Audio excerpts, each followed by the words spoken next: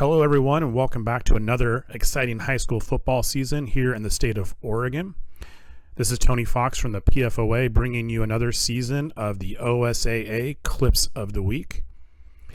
As always, all rules that will be shown in these clips have been vetted through the Oregon State Rules Interpreter, Kevin Hatfield. All mechanics are from the Oregon Mechanics Committee 5 Official Mechanics Manual. As a reminder, we are not using the NFHS manual for 5 official mechanics this year. We will be using the same mechanics manual that we have used last year. All of the clips shown are for educational purposes and meant to help us all get better and be on the same page as a crew and with coaches and players. It is not our intention to call out or embarrass any individual official, coach, player, or school. Our goal is simple. In Oregon, we want to strive for one rule, one interpretation, and one mechanic. Before we get into a few clips, let's review a major point of emphasis for this year, and then we'll look back at the last couple of years to review a couple other points of emphasis.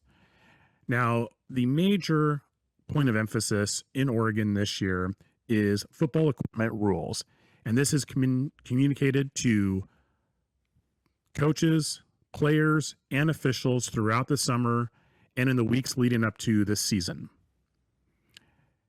We will be breaking this down between missing or improperly worn mandatory or auxiliary equipment and examples of illegal equipment.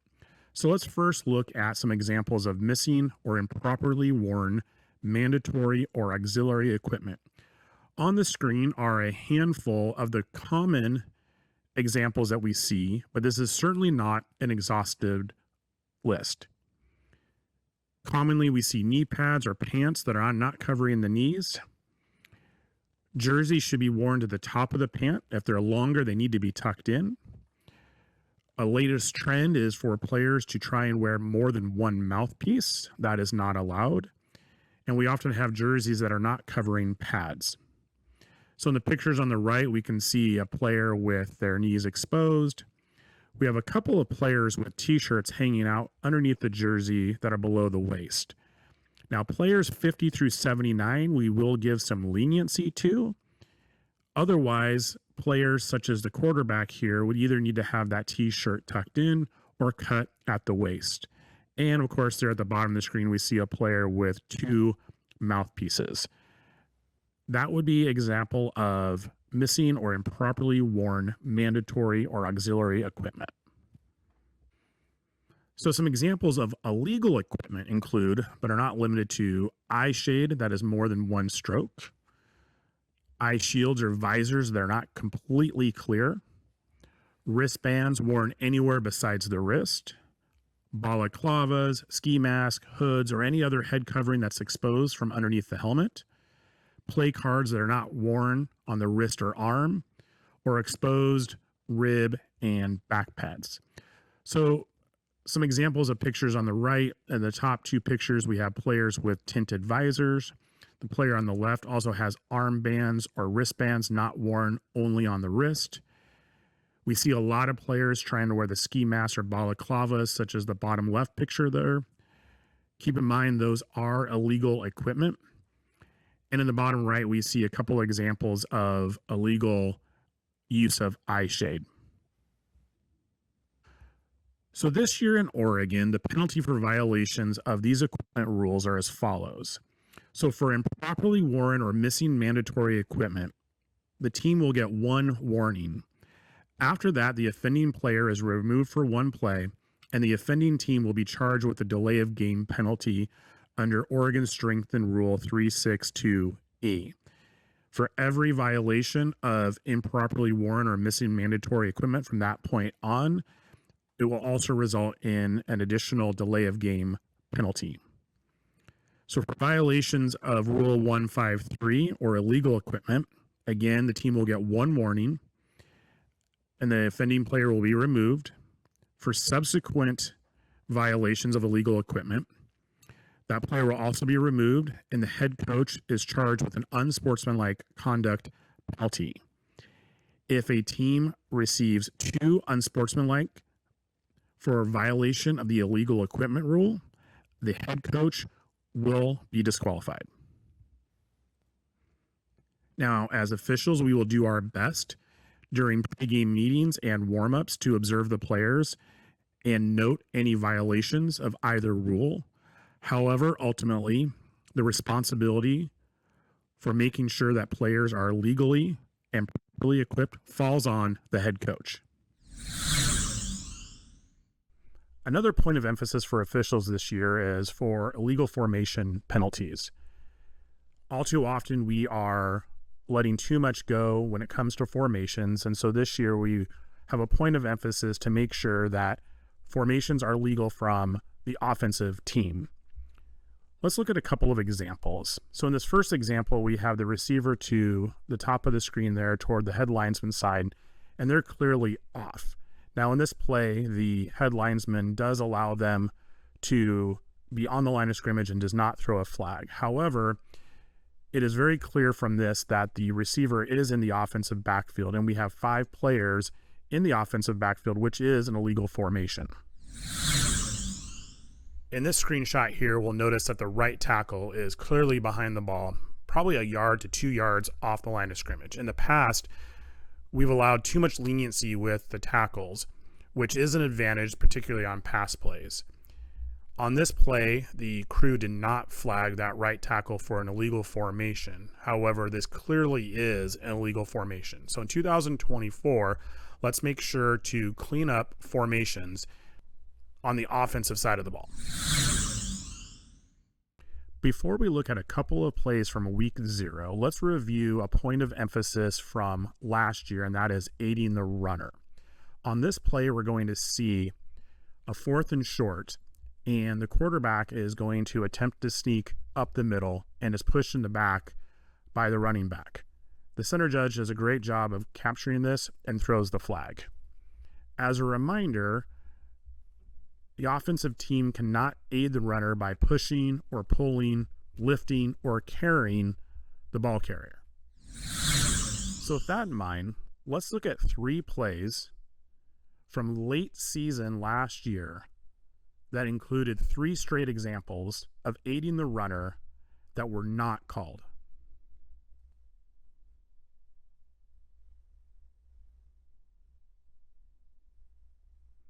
In this first one, we have a clear push, which appears to result in a first down. On the very next play, we have the exact same thing happen. And I suppose if at first you don't succeed, try again. And on these 3 plays, the team on offense pushes, and then ultimately lifts and carries the runner into the end zone, and the crew missed all 3 calls. Another point of emphasis from a couple of years ago are hits against defenseless receivers. As a reminder, a defenseless receiver can be contacted legally if the contact is incidental to making a play on the ball, if it's initiated with open hands, or it's done in the form of a wrap-up style tackle. Let's take a look at this play from the playoffs.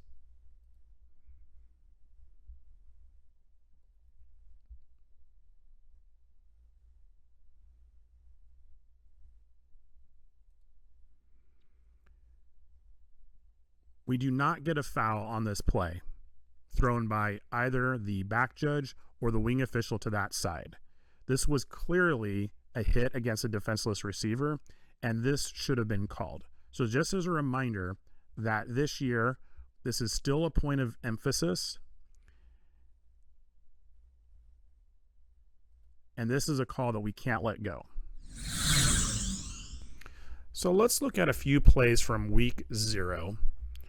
And as I mentioned in the introduction, we are using the Oregon 5 Official Mechanics Manual and not the NFHS 5 Official Mechanics Manual. This crew utilized the center judge or the umpire in the offensive backfield throughout the game. As a reminder, on scrimmage kicks, the umpire or center judge will remain in the offensive backfield on kicks. Depending on which leg the kicker kicks with, That will determine who has responsibility for the kicker. On this play, we're going to notice a couple of different things. First, the center judge has moved to the defensive side of the formation, which is not what we want them to do. Secondly, the back judge is on the narrow side of the field when they should be on the wide side of the field. This is also a turf field, kicking from midfield, and the back judge should be either on the goal line or close to it to be able to rule on a touchback. The line judge, who is on the wide side of the field down here, should actually have responsibility for the line of scrimmage, and the head linesman should be the one running downfield. But now we have this wing official who's running down to rule on a touchback. And as a reminder, that's the back judge's call. Wing officials should be looking at everything in front of the would-be returner here to make sure that we're not missing any illegal contact. So let's look at another play from this same game, and let's first look at some positioning. The referee should be a couple of yards deeper. As a reminder, referees should set up 12 to 15 yards deep and be on the edge of the free blocking zone. This position may be a little bit wide, but should definitely be deeper, and we're going to see a play here in a second as to why that's important. But on this play, we want to watch the action down the field.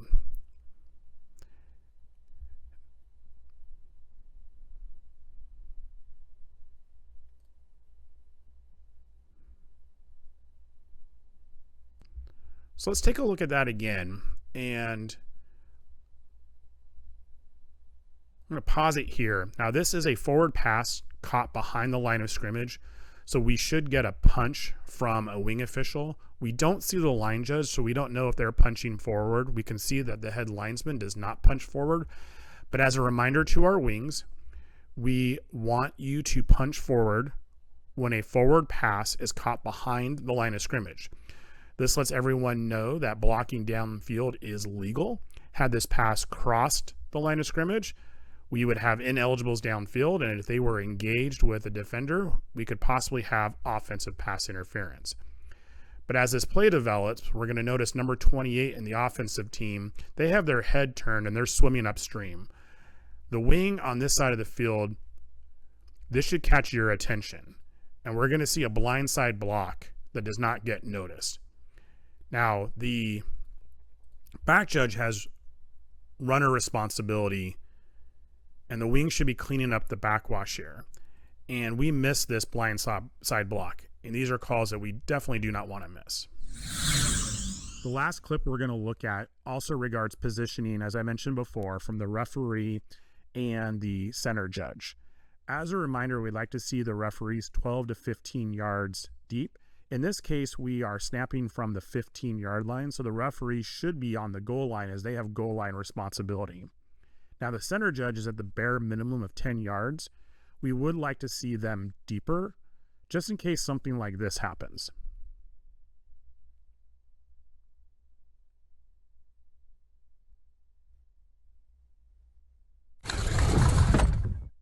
Well, that's it for this week's edition of the Clips of the Week. As always, if you have a clip that you would like to share, you can send that to the email address on your screen. Once again, all rules have been vetted through Oregon State Rules Interpreter Kevin Hatfield. We wish all officials, coaches, and players the best of luck as the season really truly kicks off this week. Stay healthy, and we'll talk to you next week.